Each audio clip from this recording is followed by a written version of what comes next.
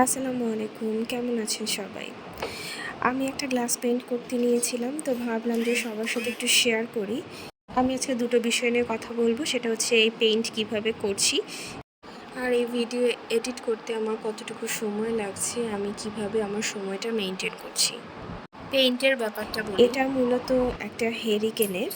তো হেরিকেনের যে কাজটা করেছি সেটা পরে দেখাবো। আগে মূলত আমি এই গ্লাসের পেইন্টিংটা দেখাতে চাচ্ছিলাম। আমি প্রথমে এখানে ইউজ করেছিলাম 3D আউটলাইনার, সেটা গোল্ডেন কালারের।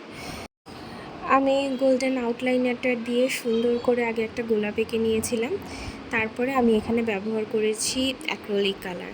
এখানে গ্লাস কালার থাকলে গ্লাস কালার ইউজ করতে পারো।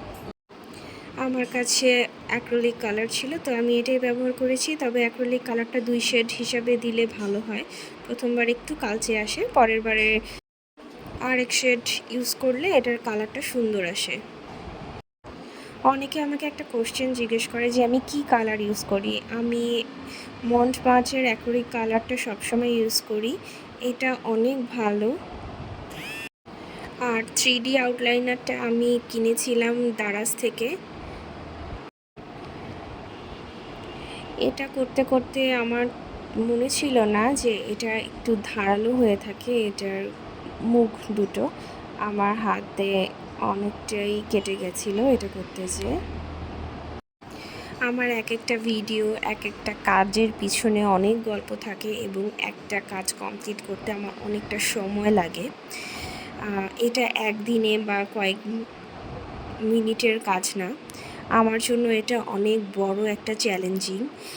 আমার সব কাজ শেষ করে অনেক কষ্টে আমার এগুলো নিয়ে বসতে হয় এবং এটা আমিও 2 মাস ধরে নিয়ে ঘুরছিলাম, কিন্তু এটা আমার পেইন্ট করা হয়নি।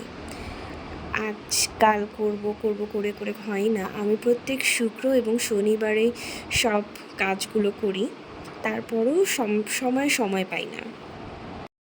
আর যখন ভাবছিলাম যে ইউটিউব বা পেজটাকে সময় দেব, তখন আরও মস্ত বড় বিপাকে আমি পড়ে গেলাম।